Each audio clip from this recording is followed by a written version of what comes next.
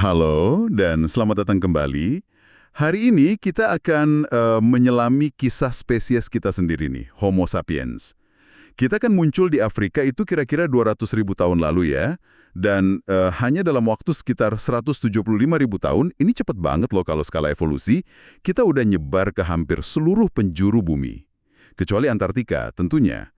Perjalanan yang, wow, luar biasa cepat dan luas. Nah, pertanyaannya, apa sih yang bikin kita ini begitu sukses nyebar dan adaptasi? Kenapa juga spesies manusia lain, contohnya Neanderthal yang udah lama banget di Eurasia, kok malah hilang setelah kita datang? Apa ya senjata rahasia kita? Pembahasan mendalam kita kali ini dasarnya dari bab 6 materi Anda yang fokusnya ke kombinasi unik otak plus otot, gimana itu mendorong suksesnya manusia modern. Oke, mari kita mulai kupas lebih dalam. Ini memang bukan sekedar perluasan wilayah biasa aja. Ada indikasi kuat kalau kedatangan kita itu seringkali ya beriringan gitu dengan menyusutnya atau malah hilangnya populasi manusia purba lain yang udah ada duluan. Ini nunjukin ada dinamika yang unik gitu. Inti ceritanya seperti yang di bab 6 itu ya, adalah perpaduan antara perubahan biologis, terutama di struktur otak kita, dan ledakan kemampuan budaya. Nah, ini yang bikin kita bisa adaptasi dengan cara yang belum pernah ada sebelumnya. Dan penyebarannya emang kerasa ngebut banget ya, kalau dilihat dari lini masa evolusi. Sumber Anda kan dibutin tuh, antara 30.000 sampai 15.000 tahun lalu, kita udah injak Eurasia, nyebrang laut ke Australia, bahkan sampai ke Amerika. Skala sama kecepatannya ini, wah, sulit dibayangin sih. Sementara itu, Neanderthal misalnya, yang tadi Anda sebut, malah mulai surut. Jejak terakhir mereka itu kan di ujung Spanyol ya, sekitar 30.000 tahun lalu. Artinya, mereka sempat hidup bareng atau deketan lah sama Homo sapiens di Eropa selama 10.000 sampai 15.000 tahun gitu, sebelum akhirnya hilang. Betul. Soal kenapa Neanderthal dan manusia purba lain punah, ini pertanyaan besar sih. Jawabannya mungkin kompleks, nggak tunggal. Narasi lama yang bilang kita aktif memburu mereka atau ngalahin perang gitu, kayaknya terlalu simpel deh. Bukti-bukti baru lebih ngarah ke kombinasi faktor. Bisa jadi Homo sapiens lebih fleksibel gitu ngadepin perubahan iklim drastis di zaman es akhir. Atau mungkin teknologi kita berkembang lebih cepat. Jadi ada keunggulan buat berburu atau ngolah sumber daya. Atau bisa jadi struktur sosial kita bikin kerjasama kelompok lebih besar. Jaringannya lebih luas. Itu kan penting buat bagi info dan sumber daya. Yang menarik juga, analisis DNA manusia modern non-Afrika itu nunjukin ada sedikit warisan genetik dari Neanderthal dan Denisovan. Artinya apa? Ada perkawinan silang, walau mungkin ya nggak masif-masif amat. Jadi mereka nggak hilang total sebenarnya, sebagian kecil hidup di dalam diri kita. Tapi sebagai populasi yang beda, ya mereka menghilang. Oke. Jadi kalau kepunahan Neanderthal itu rumit dan bukan cuma soal kalah fisik, ini malah bikin penasaran ya. Apa dong yang berbeda atau berubah di kita, Homo sapiens, sekitar 50.000 tahun lalu itu, yang ngasih keunggulan adaptif luar biasa ini? Nah, disinilah kita masuk ke periode krusial yang sering disebut revolusi Paleolitik atas, kan? Apa sih yang sebenarnya terjadi waktu itu? Tepat sekali. Sekitar 50.000 tahun lalu, kita memang lihat ada percepatan luar biasa dalam inovasi dan kompleksitas budaya di kalangan Homo sapiens, terutama di luar Afrika. Ini yang sering disebut revolusi Paleolitik atas. Salah satu cirinya itu teknologi alat batu yang, ya ampun, jauh lebih canggih. Mereka ngembangin teknik buat bikin bilah-bilah batu, blades gitu, yang panjang, tipis, dan standar. Dari satu bongkah batu inti aja bisa hasilin banyak bilah. Nah, bilah-bilah ini terus dimodif jadi macam-macam alat khusus. Pisau, pengikis, mata tombak, pahat kecil, jauh lebih efisien dibanding teknik sebelumnya yang alatnya lebih tebal dan kurang variatif. Wah, jadi kayak ada lompatan gitu ya dalam efisiensi bikin alat. Betul, efisiensi dan spesialisasi. Tapi nggak cuma itu, inovasinya meluas ke material lain. Kita nemuin banyak banget alat dari tulang, tanduk, gading yang dibuatnya presisi. Contohnya, jarum jahit. Adanya jarum ini kan nunjukin kemampuan bikin pakaian yang lebih pas, mungkin berlapis, lebih anget. Ini krusial banget buat bertahan di iklim dingin pas mereka nyebar ke utara kan. Ada juga bukti senjata yang lebih kompleks, kayak mata panah atau ujung tombak yang dilempar pakai alat pelontar, atlatil itu. Ini nunjukin strategi berburu yang lebih canggih dan mungkin lebih aman juga. Oke, selain teknologi buat bertahan hidup nih, ada hal lain nggak yang muncul di periode ini? Oh, banyak banget. Kita mulai lihat bukti awal adanya struktur tempat tinggal yang lebih permanen atau semi permanen lah. Ada juga lampu dari batu, diisi lemak hewan gitu buat penerangan. Dan yang paling mencolok, ini dia, ledakan ekspresi simbolik. Lukisan gua yang spektakuler kayak di Chauvet atau Lascaux di Prancis itu. Terus ukiran-ukiran kecil figuratif di tulang atau gading kayak figur Venus yang terkenal itu. Perhiasan pribadi juga muncul. Kayak kalung manik-manik dari cangkang, gigi hewan, atau telur burung unta. Bahkan ada bukti adanya pertukaran barang atau material dari jarak jauh. Ini nunjukin jaringan sosial yang lebih luas. Wow, jadi lompatannya gede banget ya? Dari alat yang lebih efisien sampai ke seni gua perhiasan. Ini kayaknya bukan sekedar upgrade teknologi biasa ya. Ini udah kayak perubahan cara berpikir yang mendasar banget. Persis. Ini bukti kuat adanya perilaku modern. Kemampuan buat inovasi terus-menerus, berpikir simbolis, pakai satu hal buat lambangin hal lain. Itu kan inti seni dan bahasa. Terus, kemampuan merencanakan jauh ke depan, misalnya ngikutin migrasi hewan musiman, dan juga mengorganisir diri dalam kelompok sosial yang lebih kompleks, ada aturan, ada jaringan. Kalau kita bandingin nih, bukti perilaku simbolik di Neandertal itu jauh lebih jarang, sporadis, dan sering jadi perdebatan maknanya apa. Tapi perlu diingat juga ya, munculnya perilaku modern ini mungkin nggak instan plek 50.000 tahun lalu. Bisa jadi ini akumulasi atau puncak perkembangan yang udah terjadi pelan-pelan di Afrika, puluhan ribu tahun sebelumnya. Kalau gitu, revolusi budaya dan perilaku ini bisa kita kaitkan langsung dong sama otak kita. Ada nggak sih perbedaan mendasar di otak Homo sapiens dibanding manusia purba lain? Di materi Anda kan ada fakta yang agak bikin kaget ya. Rata-rata volume otak Neandertal itu justru sedikit lebih besar dari kita. Jadi, ini bukan soal ukuran semata dong ya? Nah, ini poin yang sangat penting. Ukuran absolut otak itu memang bukan segalanya.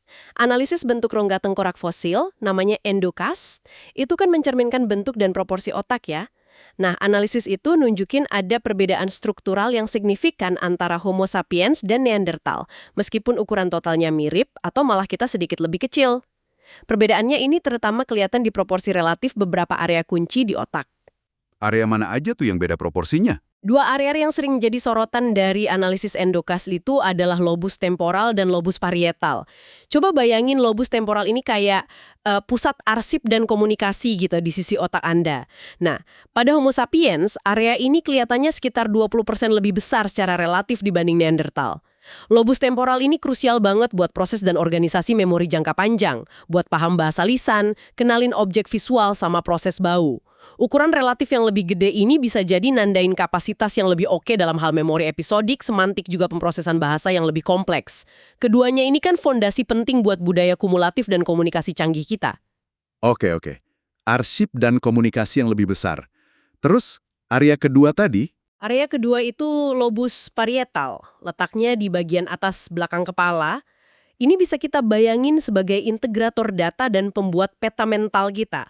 Lobus parietal ini juga kelihatannya relatif lebih besar pada Homo sapiens.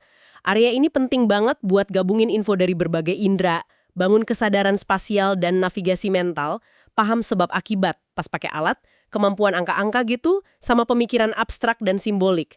Pengembangan area ini mungkin yang dukung kemampuan kita yang lebih baik dalam perencanaan kompleks, integrasi infosensorik buat tugas rumit kayak bikin alat canggih tadi, dan yaitu berpikir abstrak, termasuk paham simbol. Jadi intinya bukan sekedar soal otak gede atau kecil ya, tapi lebih ke organisasi dan proporsi bagian-bagiannya yang beda. Ini yang ngasih kita semacam perangkat lunak kognitif yang beda gitu. Tepat sekali. Yang menarik di sini tuh gimana perubahan yang mungkin kelihatannya relatif kecil ya dalam arsitektur otak ini, proporsi lobus temporal dan parietal yang beda. Ternyata bisa jadi memfasilitasi lompatan besar dalam kemampuan kognitif, kemampuan bahasa yang gramatikal, fleksibel, kapasitas berpikir simbolik yang meledak di seni dan ritual, kemampuan merencanakan masa depan, inovasi tanpa henti, terus bangun kerjasama sosial skala besar. Semua ini kemungkinan besar akarnya ya di fondasi biologis dari struktur otak kita yang unik ini. Inilah yang memungkinkan ledakan budaya Paleolitik atas tadi. Nah, ini ngebawa kita balik ke tema utama dari bab 6, kombinasi otak plus otot. Kita udah bahas nih gimana otak kita yang strukturnya unik jadi fondasi budaya. Tapi gimana dengan otot atau brawnnya? Kan sering ada gambaran kita menang karena cerdas ngalahin Neandertal yang mungkin fisiknya lebih kekar ya.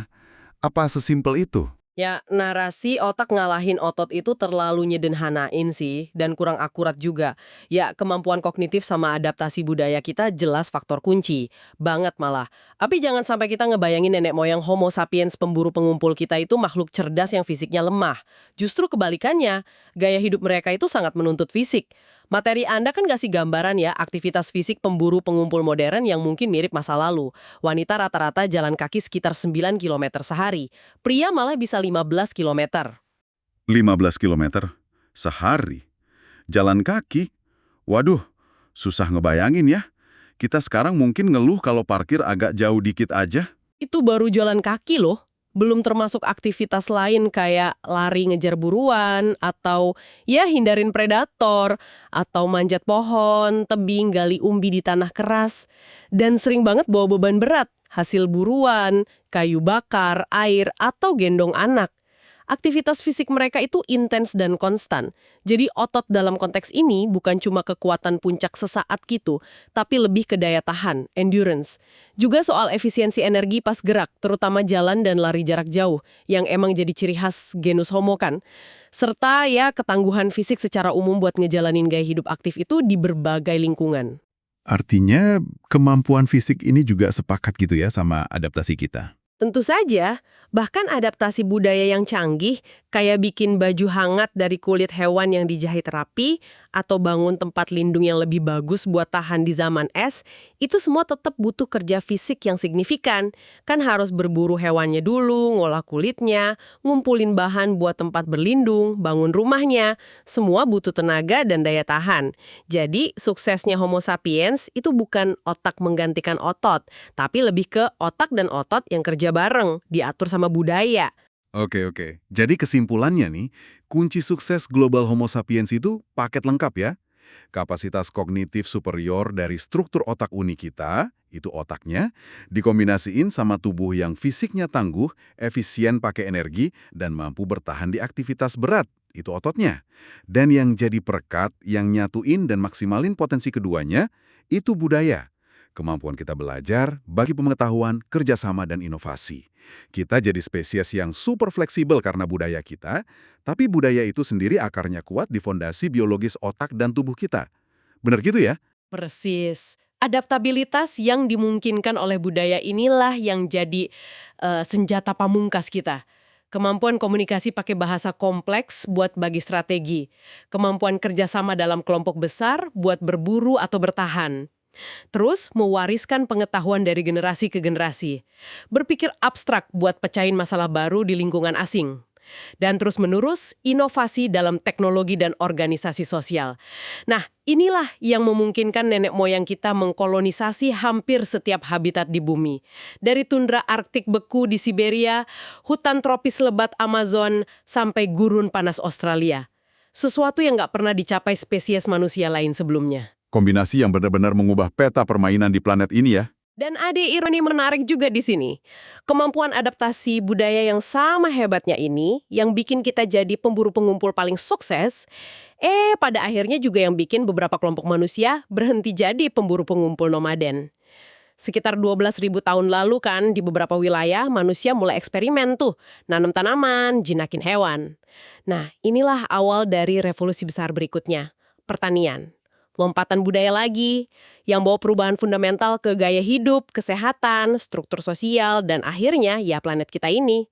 Tapi itu cerita buat pembahasan lain ya. Baiklah, mari kita tarik benang merah pembahasan kita dari bab 6 ini ya. Kisah spektakuler Homo sapiens menguasai dunia itu didorong oleh sinergi kuat antara evolusi biologis, khususnya struktur otak kita yang unik itu, dan ledakan evolusi budaya yang hasilin teknologi canggih, pemikiran simbolis, kerjasama sosial yang tak tertandingi. Kombinasi otak plus otot yang dimediasi oleh budaya, nah inilah yang kasih kita fleksibilitas dan daya adaptasi luar biasa, yang memungkinkan kita jadi satu-satunya spesies manusia yang bertahan sampai sekarang. sebuah warisan evolusi dan budaya yang membentuk siapa diri Anda hari ini. Dan penting buat digarisbawahi juga, sejak revolusi budaya di Paleolitik atas itu, laju perubahan yang didorong budaya itu terus makin cepat, akselerasinya pencen banget, jauh melampaui kecepatan perubahan biologis kita. Kemampuan kita buat inovasi, belajar dari satu sama lain, dan nerusin pengetahuan secara kultural, itu terus ngebentuk ulang cara hidup kita dengan kecepatan yang makin tinggi di dunia modern yang makin kompleks ini. Nah, sebagai penutup nih, mungkin ada satu pertanyaan reflektif buat Anda para pendengar. Kemampuan adaptasi budaya kita yang luar biasa ini kan kunci sukses nenek moyang kita ngatasin tantangan masa lalu. Pertanyaannya, gimana kita sebagai individu dan masyarakat pakai kapasitas adaptif yang sama ini sekarang? Di tengah tantangan global abad ke-21, mulai dari perubahan iklim, ketidaksetaraan, sampai disrupsi teknologi, apakah kita udah benar-benar maksimalin potensi kombinasi otak plus otot kita? Dalam arti kecerdasan kolektif, ketahanan, kemampuan inovasi, gitu. Untuk merancang masa depan yang lebih baik dan berkelanjutan. Sesuatu untuk Anda renungkan. Terima kasih sudah menyimak. Sampai jumpa di pembahasan berikutnya.